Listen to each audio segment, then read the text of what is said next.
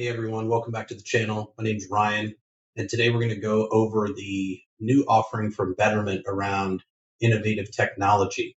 For those that aren't familiar with Betterment, it is one of the original robo-advisors in the space. It was founded in 2009. I started using Betterment back in 2015, using their core offering here. And that's basically a mixture of bonds, stocks, with an allocation ratio of a 70-30. um, I have mine set a little more aggressive, but if you look through here, you've got all these normal, your normal Vanguard funds. VBR is a big one. VTI is the total stock market index. That's the biggest uh, allocation of your money in this portfolio. But really just a very simple way to get exposure to the markets. If I go back here, though, Betterment added this innovation and innovative technology portfolio earlier this year. And I want to spend a few moments going over that. So if you look at this, they bill it as, a way to invest in the future, right? You can invest the next generation of technology. And really what it focuses around is clean energy, semiconductors, robots, virtual reality, blockchain, and nano.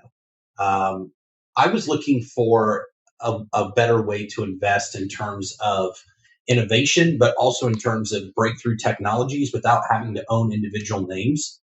So this makes a lot of sense in a few ways. One, if you do have a higher risk profile and you're willing to take on the challenge of more set it and forget it, and just wait for your money to compound over time in some of these newer names, this could be a really great play for you. One of the things that I particularly like here is if you look, if we look into one of these holdings here, we'll actually open up the prospectus on it. Here we go. This is a very big part of the portfolio here. But as you can see, expense ratios, uh, you know, 20 basis points, not exceedingly high. But if you look down here, you'll see the fund performance year over year, and just a really great way to get access to some of these newer companies. So Elbit Systems is one, Ormont Technologies another one, Northrop Grumman. Again, Northrop Grumman not a new company, but certainly on the innovation scale, still a pretty big heavy hitter. Lockheed Martin. So I'm going to go back to uh, the portfolio here. One of the things that is interesting is they do give you access to some inflation protected bonds, some more Vanguard funds. One of the things I really like about Betterment is the fact that a big chunk of their portfolio that they invest in for you are these very low expense ratioed index funds and ETFs inside of Vanguard. So in this case, you've got your short term inflation protected bond here with an expense ratio of 0.04. I mean, it just very, very cost conscious, makes it easy to invest. You're not paying that 1% carrying fee to a financial broker, um, especially for those that, again, want to set it and forget it, not get eaten up by funds. One of the other things, too, with this fund is they will automatically, like they normally do, tax loss harvesting. So in this case, they'll sell out of positions that are at a net loss for you for the year and buy into other positions, avoiding a wash sale and allowing you to reap some of the benefits from a tax perspective going into the next year. Uh, Another thing that I like about this is when I look at a mix of a portfolio, you can add things like core with innovation, with your bonds, etc. So the original, like I said, was the core. This was added, but then Betterment also does have things around social investing if you want to get into those funds. I'm not going to particularly go into those. I don't own any of those. And then you also have the normal stocks and bonds. But this innovation technology fund here was added early this year. For me, I've seen very fairly significant growth in this fund since it was released. One thing I do want to caution is you're not going to be able to buy individual names in Betterment.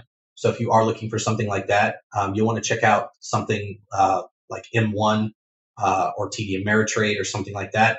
I'm actually going to link the. I'm going to link my. I'm going to link my account for both Betterment and for M1 down in the description, so you guys can start looking at what my portfolio looks like in M1. You can add that portfolio into yours, and then I'll actually give a breakdown in another video, a more detailed breakdown of everything that's in my M1 going forward. But I've been meaning to make this video for a while. This innovation technology fund is something that I think was sorely lacking with Betterment. Some of their competitors, like Wealthfront, uh, had the ability to go in and turn some more of the knobs and give you that exposure that you don't typically get with something like a Betterment, where it's more, again, set it and forget it. So I'm very happy to see that they've added this. I would love to see uh, a little bit. I would love to see a consolidation. I think there's a lot of bonds in here, which is great, but the biggest portion here in this fund, in this case, is VTI, but this innovation, this innovation fund here, KOMP. I'll link that as well down here if you want to take a look at the individual prospectus. It does provide quite a bit of value in terms of exposure to the overall innovation market. Expense ratio is pretty good. You've got a 0.20 expense ratio. And then you've also got a lot of a mix of, again, top holdings here. Look pretty good.